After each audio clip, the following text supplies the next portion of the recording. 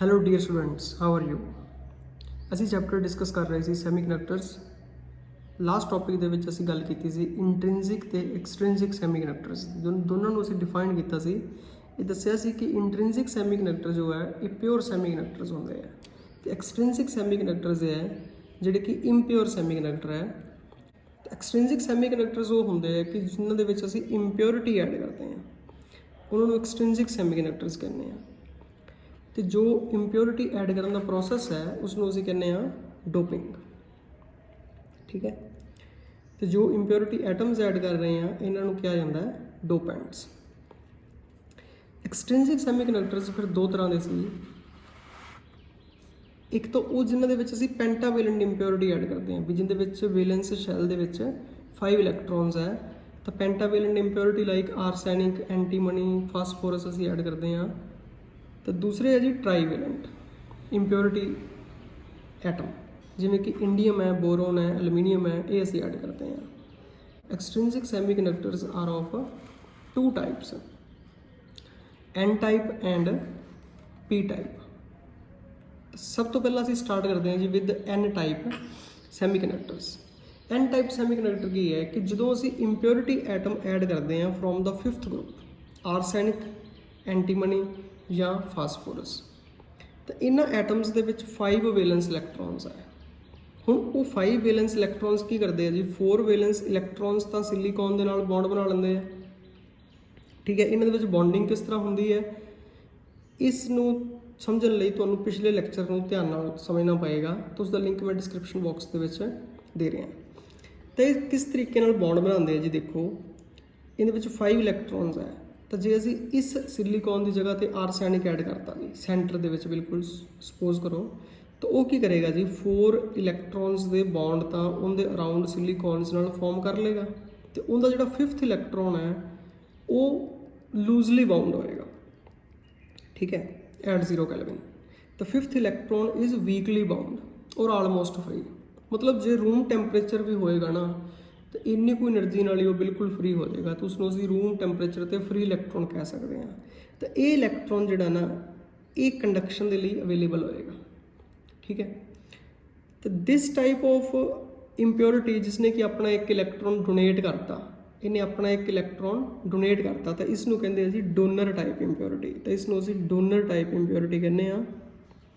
ਤਾਂ this type of semiconductor is called n type semiconductor.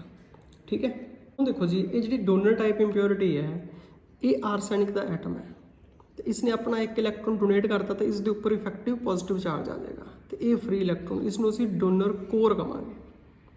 ਠੀਕ ਹੈ, ਹੁਣ ਇਹ ਇਲੈਕਟ੍ਰੋਨ ਰੂਮ ਟੈਂਪਰੇਚਰ 'ਤੇ ਹੀ ਫ੍ਰੀ ਹੋ ਜਾਂਦਾ, ਤੇ ਇਸ ਨੂੰ ਅਪਰੋਕਸੀਮੇਟਲੀ ਕਿੰਨੀ એનર્ਜੀ ਚਾਹੀਦੀ ਹੈ, ਜੇ ਸਿਲੀਕੌਨ ਅਸੀਂ ਯੂਜ਼ ਕਰ ਰਹੇ ਹਾਂ ਤਾਂ ਉਹਦੇ ਵਾਸਤੇ 0.05 ਇਲੈਕਟ੍ਰੋਨ ਵੋਲਟ એનર્ਜੀ ਚਾਹੀਦੀ ਹੈ, ਤੇ ਜੇ ਅਸੀਂ ਜਰਮੇਨੀਅਮ ਦਾ ਸੈਮੀਕੰਡਕਟਰ ਯੂਜ਼ ਕਰ ਰਹੇ ਹਾਂ ਤਾਂ ਉਸ ਦੇ ਲਈ 0.01 ਇਲੈਕਟ੍ਰੋਨ ਵੋਲਟ ਦੀ એનર્ਜੀ ਚਾਹੀਦੀ ਹੈ।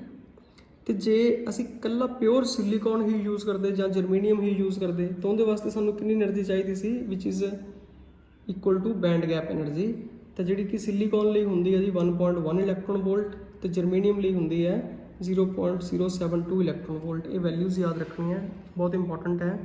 એનર્ਜੀ ਬੈਂਡ ਗੈਪ ਦੀਆਂ ਵੈਲਿਊਜ਼ ਹੈ। ਇਹਦੇ ਵਿੱਚ ਜਿੰਨੇ ਅਸੀਂ ਇੰਪਿਓਰਿਟੀ ਐਟਮਸ ਐਡ ਕਰਦੇ ਜਾਂਦੇ ਹਾਂ ਉਨੇ ਫ੍ਰੀ ਇਲੈਕਟ੍ਰੋਨਸ ਅਵੇਲੇਬਲ ਹੁੰਦੇ ਜਾਂਦੇ ਆ, ਤੇ ਇਸ ਦਾ ਮਤਲਬ ਕਿ ਕੰਡਕਸ਼ਨ ਨੂੰ ਅਸੀਂ ਡੋਪਿੰਗ ਦੇ ਨਾਲ ਕੰਟਰੋਲ ਕਰ ਸਕਦੇ ਹਾਂ।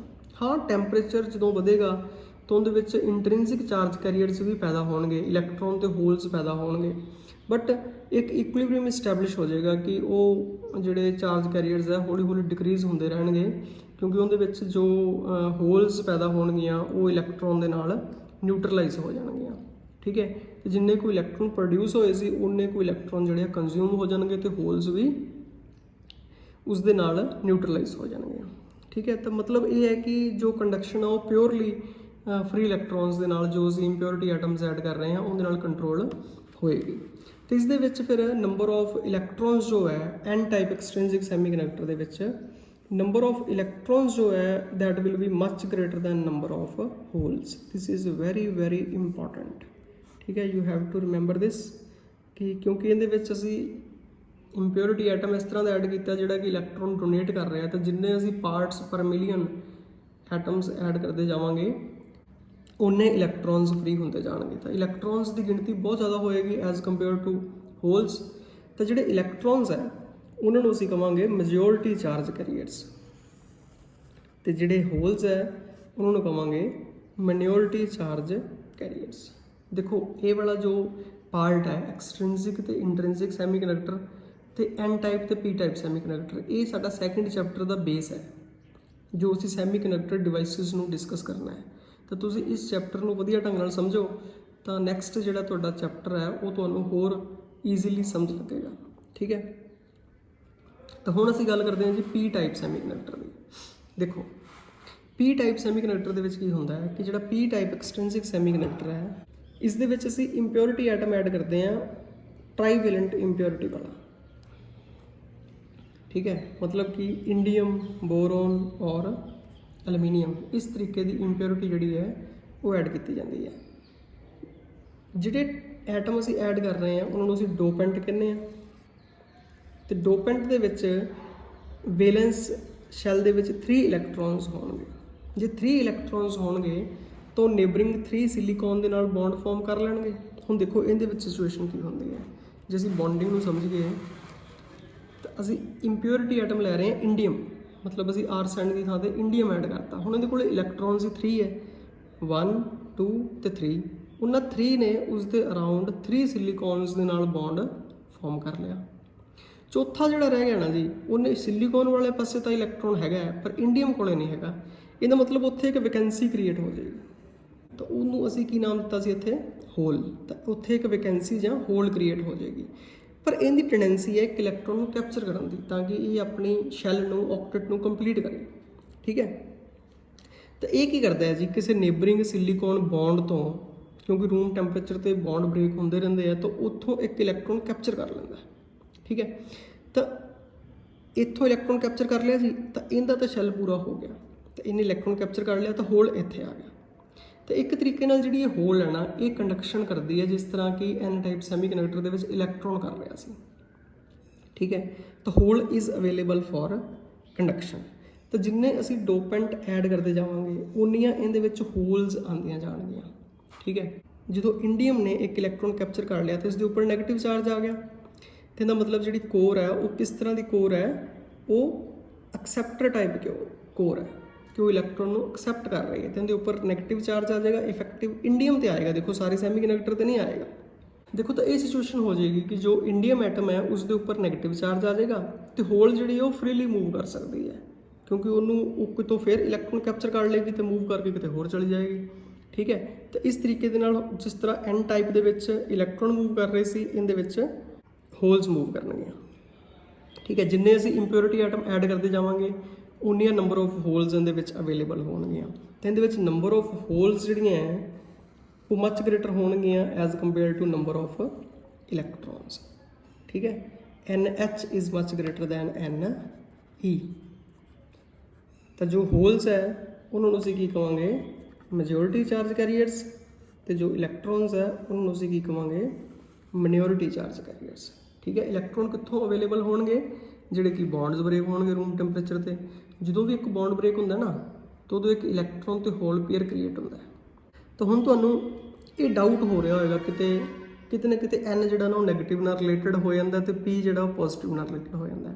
ਬਟ ਬੋਥ N ਟਾਈਪ ਤੇ P ਟਾਈਪ ਸੈਮੀਕੰਡਕਟਰ ਜਿਹੜੇ ਆ ਦੋਨੋਂ ਨਿਊਟਰਲ ਹੈ, ਕਿਉਂਕਿ ਜੋ ਅਸੀਂ ਉਹਦੇ ਵਿੱਚ ਸਿਲੀਕੋਨ ਦੇ ਵਿੱਚ ਦੇਖੋ ਇੱਕ ਇੰਡੀਅਮ ਐਡ ਕੀਤਾ ਹੈ ਜਾਂ ਸਿਲੀਕੋਨ ਦੇ ਵਿੱਚ ਅਸੀਂ ਜਰਮੇਨੀਅਮ ਐਡ ਕੀਤਾ, ਦੋਨੋਂ ਨਿਊਟਰਲ ਸੀਗੇ। ਠੀਕ ਹੈ, ਜੋ ਸ਼ਫਲਿੰਗ ਹੋਈ ਹੈ ਇਲੈਕਟ੍ਰੋਨ ਦੀ ਉਹ ਇਨਸਾਈਡ ਹੀ ਹੋਈ ਹੈ, ਮਤਲਬ ਜਿੰਨਾ ਅੰਦਰ ਪੋਜ਼ਿਟਿਵ ਚਾਰਜ ਹੈ ਉਨਾ ਹੀ ਨੈਗੇਟਿਵ ਚਾਰਜ ਹੈ। ਨਾ ਤਾਂ N ਟਾਈਪ ਸੈਮੀਕੰਡਕਟਰ ਤੇ ਕੋਈ ਚਾਰਜ ਹੈ, ਨਾ ਹੀ P ਟਾਈਪ ਸੈਮੀਕੰਡਕਟਰ ਤੇ ਕੋਈ ਚਾਰਜ ਹੈ। ਇਸ ਗੱਲ ਨੂੰ ਆਪਣੇ ਦਿਮਾਗ ਦੇ ਵਿੱਚ ਬਿਠਾ ਲੈਣਾ ਕਿ ਦੋਨੋਂ ਜਿਹੜੇ ਹੈ ਨਿਊਟਰਲ ਹੈ। ਠੀਕ ਹੈ, ਤਾਂ ਹੁਣ ਆਪਾਂ ਕੁਝ ਇੰਪੋਰਟੈਂਟ ਕੁਐਸਚਨਸ ਕਰਦੇ ਹਾਂ ਜੀ ਇਸ ਚੈਪਟਰ ਦਾ। ਜੇ ਸਭ ਤੋਂ ਇੰਪੋਰਟੈਂਟ ਕੁਐਸਚਨਸ ਡਿਸਕਸ ਕੀਤੇ ਜਾਣ ਤਾਂ ਉਹਨਾਂ ਦੇ ਵਿੱਚ ਸਭ ਤੋਂ ਪਹਿਲਾ ਟੌਪਿਕ ਆਉਂਦਾ ਹੈ, ਕੁਐਸਚਨ ਆਉਂਦਾ ਹੈ ਕਿ what is difference between intrinsic and extrinsic semiconductors. ਤਾਂ ਆਈ ਥਿੰਕ ਤੁਸੀਂ ਇਸ ਦਾ ਆਨਸਰ ਬੜੀ ਈਜ਼ੀਲੀ ਦੇ ਸਕਦੇ ਹੋ ਕਿ ਇੰਟ੍ਰਿੰਸਿਕ ਸੈਮੀਕੰਡਕਟਰ ਕੀ ਸੀਗੇ, ਇਹ ਪਿਓਰ ਸੈਮੀਕੰਡਕਟਰ ਸੀਗੇ, ਜਿਸ ਤਰ੍ਹਾਂ ਕਿ ਅਸੀਂ ਸਿਲੀਕੋਨ ਜਾਂ ਜਰਮੇਨੀਅਮ ਨੂੰ ਲੈਂਦੇ ਹਾਂ। ਤੇ ਐਕਸਟ੍ਰਿੰਸਿਕ ਸੈਮੀਕੰਡਕਟਰ ਕੀ ਸੀ, ਇੰਪਿਓਰ ਸੈਮੀਕੰਡਕਟਰ ਸੀਗੇ, ਡੋਪਡ ਸੈਮੀਕੰਡਕਟਰ ਸੀਗੇ, ਜਿਹਦੇ ਵਿੱਚ ਅਸੀਂ ਆਰਸੈਨਿਕ ਜਾਂ ਇੰਡੀਅਮ ਐਡ ਕੀਤਾ ਹੈ, ਕੋਈ ਟ੍ਰਾਈਵੈਲੈਂਟ ਜਾਂ ਪੈਂਟਾਵੈਲੈਂਟ ਇੰਪਿਓਰਿਟੀ ਐਡ ਕੀਤੀ ਹੈ। ਇਹਨਾਂ ਦੀ ਇਲੈਕਟ੍ਰੀਕਲ ਕੰਡਕਟਿਵਿਟੀ ਬਹੁਤ ਲੋ ਹੈ ਇੰਟ੍ਰਿੰਸਿਕ ਦੀ, ਠੀਕ ਹੈ। ਇਹਨਾਂ ਦੀ ਇਲੈਕਟ੍ਰੀਕਲ ਕੰਡਕਟਿਵਿਟੀ ਹਾਈ ਹੈ। ਇਸ ਦੇ ਵਿੱਚ ਇਲੈਕਟ੍ਰੀਕਲ ਕੰਡਕਟਿਵਿਟੀ ਸਿਰਫ ਟੈਂਪਰੇਚਰ ਡਿਪੈਂਡੈਂਟ ਹੈ। ਇੰਟ੍ਰਿੰਸਿਕ ਦੇ ਵਿੱਚ ਅਸੀਂ ਗੱਲ ਕੀਤੀ ਸੀ ਕਿ conductivity is only temperature dependent. ਇਸ ਦੇ ਵਿੱਚ ਜੋ ਕੰਡਕਟਿਵਿਟੀ ਹੈ that is controlled by doping ਨਾਲ ਕੰਟਰੋਲ ਹੁੰਦੀ ਹੈ। ਜਿੰਨੇ ਅਸੀਂ ਡੋਪਿੰਗ ਵਾਲੇ ਡੋਪੈਂਟਸ ਐਡ ਕਰਦੇ ਜਾਂਦੇ ਹਾਂ ਕੰਡਕਟਿਵਿਟੀ ਇਨਕਰੀਜ਼ ਹੁੰਦੀ ਜਾਂਦੀ ਹੈ। ਇਹਦੇ ਵਿੱਚ ਜਿੰਨੇ ਬੌਂਡ ਬ੍ਰੇਕ ਹੁੰਦੇ ਆ ਉਨੇ ਇਲੈਕਟ੍ਰੋਨਸ ਪ੍ਰੋਡਿਊਸ ਹੁੰਦੇ ਆ ਤੇ ਉਨੀਆਂ ਹੀ ਹੋਲਸ ਪ੍ਰੋਡਿਊਸ ਹੁੰਦੀਆਂ। ਨੰਬਰ ਆਫ ਇਲੈਕਟ੍ਰੋਨਸ ਤੇ ਨੰਬਰ ਆਫ ਹੋਲਸ ਜਿਹੜੇ ਆ ਉਹ ਇਕੁਅਲ ਹੈ। ਇਸ ਦੇ ਵਿੱਚ ਨੰਬਰ ਆਫ ਇਲੈਕਟ੍ਰੋਨਸ ਤੇ ਨੰਬਰ ਆਫ ਹੋਲਸ ਇਕੁਅਲ ਨਹੀਂ ਹੈ, ਠੀਕ ਹੈ। ਜੇ ਐਨ ਟਾਈਪ ਹੈ ਤਾਂ ਇਲੈਕਟ੍ਰੋਨਸ ਦੀ ਗਿਣਤੀ ਬਹੁਤ ਜ਼ਿਆਦਾ ਹੈ ਐਜ਼ ਕੰਪੇਅਰ ਟੂ ਹੋਲਸ। ਜੇ ਪੀ ਟਾਈਪ ਹੈ ਤਾਂ ਹੋਲਸ ਦੀ ਗਿਣਤੀ ਬਹੁਤ ਜ਼ਿਆਦਾ ਹੈ as compare to electrons. These are not of much use, ਇਹਨਾਂ ਦਾ ਕੋਈ ਜ਼ਿਆਦਾ ਯੂਜ਼ ਨਹੀਂ ਹੁੰਦਾ। ਥੀਸ ਆਰ ਯੂਜ਼ਡ ਵਾਈਡਲੀ, ਕਿ ਇਹਨਾਂ ਨੂੰ ਅਸੀਂ ਬਹੁਤ ਜ਼ਿਆਦਾ ਯੂਜ਼ ਕਰਦੇ ਹਾਂ। ਥੀਸ ਆਰ ਯੂਜ਼ਡ ਐਕਸਟੈਂਸਿਵਲੀ, ਤਾਂ ਜੋ ਯੂਜ਼ ਹੁੰਦੇ ਆ ਮੋਸਟਲੀ ਐਕਸਟ੍ਰਿੰਸਿਕ ਸੈਮੀਕੰਡਕਟਰ ਹੀ ਹੁੰਦੇ ਆ, ਠੀਕ ਹੈ। ਤਾਂ ਇੱਕ ਹੋਰ ਕੁਐਸਚਨ ਆਉਂਦਾ ਜੀ ਬਹੁਤ ਹੀ ਜ਼ਿਆਦਾ ਇੰਪੋਰਟੈਂਟ ਕਿ what is the difference between N type and P type semiconductor. N type semiconductor ਉਦੋਂ ਫਾਰਮ ਹੁੰਦਾ ਹੈ ਜੀ ਵੈਨ ਪਿਓਰ ਸਿਲੀਕੋਨ ਔਰ ਜਰਮੇਨੀਅਮ ਇਜ਼ ਡੋਪਡ ਵਿਦ ਪੈਂਟਾਵੇਲੈਂਟ ਇੰਪਿਓਰਿਟੀ, ਕਿ ਜਦੋਂ ਅਸੀਂ ਪੈਂਟਾਵੇਲੈਂਟ ਇੰਪਿਓਰਿਟੀ ਐਡ ਕਰਦੇ ਹਾਂ ਲਾਈਕ ਆਰਸੈਨਿਕ, ਠੀਕ ਹੈ। ਤਾਂ ਪੀ ਟਾਈਪ ਸੈਮੀਕੰਡਕਟਰ ਕਦੋਂ ਫਾਰਮ ਹੁੰਦਾ ਹੈ ਵੈਨ ਪਿਓਰ ਸਿਲੀਕੋਨ ਔਰ ਜਰਮੇਨੀਅਮ ਇਜ਼ ਡੋਪਡ ਵਿਦ ਟ੍ਰਾਈਵੇਲੈਂਟ ਇੰਪਿਓਰਿਟੀ, ਕਿ ਅਸੀਂ ਟ੍ਰਾਈਵੇਲੈਂਟ ਇੰਪਿਓਰਿਟੀ ਐਡ ਕਰ ਰਹੇ ਹਾਂ, ਠੀਕ ਹੈ। ਤੇ ਇਹਦੇ ਵਿੱਚ ਜੋ ਇੰਪਿਓਰਿਟੀ ਐਟਮ ਅਸੀਂ ਐਡ ਕਰਦੇ ਹਾਂ ਉਹ ਡੋਨਰ ਟਾਈਪ ਇੰਪਿਓਰਿਟੀ ਹੈ, ਕਿ ਉਹ ਇਲੈਕਟ੍ਰੋਨ ਨੂੰ ਡੋਨੇਟ ਕਰਦੀ ਹੈ। ਇਹਦੇ ਵਿੱਚ ਜੋ ਅਸੀਂ ਇੰਪਿਓਰਿਟੀ ਐਡ ਕਰ ਰਹੇ ਹਾਂ ਪੀ ਟਾਈਪ ਦੇ ਵਿੱਚ ਐਕਸੈਪਟਰ ਟਾਈਪ ਇੰਪਿਓਰਿਟੀ ਹੈ। ਤੇ ਇਹਦੇ ਵਿੱਚ number of electrons much greater than number of holes n type ਦੇ ਵਿੱਚ, ਤੇ ਪੀ ਟਾਈਪ ਦੇ ਵਿੱਚ ਹੈ number of holes much greater than number of electrons, ਠੀਕ ਹੈ। ਤਾਂ this is very important these two questions. ਤੇ ਕੁਐਸਚਨ ਹੋਰ ਬਹੁਤ ਇੰਪੋਰਟੈਂਟ ਪੁੱਛਿਆ ਜਾਂਦਾ ਹੈ ਕਿ why carbon is an insulator and silicon and germanium are semiconductor, ਕਿ ਇੱਕੋ ਹੀ ਗਰੁੱਪ ਦੇ ਵਿੱਚ ਹੈ ਕਾਰਬਨ, ਸਿਲੀਕੋਨ ਤੇ ਜਰਮੇਨੀਅਮ। ਕਾਰਬਨ ਦੇ ਨੀਚੇ ਸਿਲੀਕੋਨ ਹੈ, ਸਿਲੀਕੋਨ ਦੇ ਨੀਚੇ ਜਰਮੇਨੀਅਮ ਹੈ। ਤਾਂ ਕਾਰਬਨ ਇਨਸੂਲੇਟਰ ਹੈ ਤੇ ਸਿਲੀਕੋਨ ਤੇ ਜਰਮੇਨੀਅਮ ਸੈਮੀਕੰਡਕਟਰਸ ਹੈ। ਤਾਂ ਅਸੀਂ ਦੱਸਿਆ ਸੀ ਕਿ ਜੋ ਅਸੀਂ ਸੈਮੀਕੰਡਕਟਰਸ ਤੇ ਇਨਸੂਲੇਟਰਸ ਨੂੰ ਡਿਫਾਈਨ ਕਰਦੇ ਹਾਂ ਉਹ ਉਹਨਾਂ ਦੇ એનર્ਜੀ ਬੈਂਡ ਗੈਪ ਤੇ ਡਿਫਾਈਨ ਕਰਦੇ ਹਾਂ। ਕਾਰਬਨ ਦੇ ਵਿੱਚ એનર્ਜੀ ਬੈਂਡ ਗੈਪ ਦੀ ਜਿਹੜੀ ਵੈਲਿਊ ਹੈ 5.4 ਇਲੈਕਟ੍ਰੋਨ ਵੋਲਟ ਹੈ which is greater than 3 electron volt, so carbon is insulator। ਤੇ ਸਿਲੀਕੋਨ ਦੇ ਵਿੱਚ 1.1 ਇਲੈਕਟ੍ਰੋਨ ਵੋਲਟ ਹੈ ਤੇ ਜਰਮੇਨੀਅਮ ਦੇ ਵਿੱਚ 0.7 ਇਲੈਕਟ੍ਰੋਨ ਵੋਲਟ ਹੈ, ਜਿਹੜੀ ਕਿ 3 ਇਲੈਕਟ੍ਰੋਨ ਵੋਲਟ ਤੋਂ ਘੱਟ ਹੈ। ਸੋ ਇਹ ਦੋਨੋਂ ਕੀ ਹੈ ਸੈਮੀਕੰਡਕਟਰਸ ਹੈ, ਠੀਕ ਹੈ। ਆਈ ਹੋਪ ਕਿ ਤੁਹਾਨੂੰ ਇਹ ਟੌਪਿਕ ਜਿਹੜਾ ਉਹ ਸਮਝ ਲੱਗ ਗਿਆ ਹੋਵੇਗਾ। So all the best, have a nice day.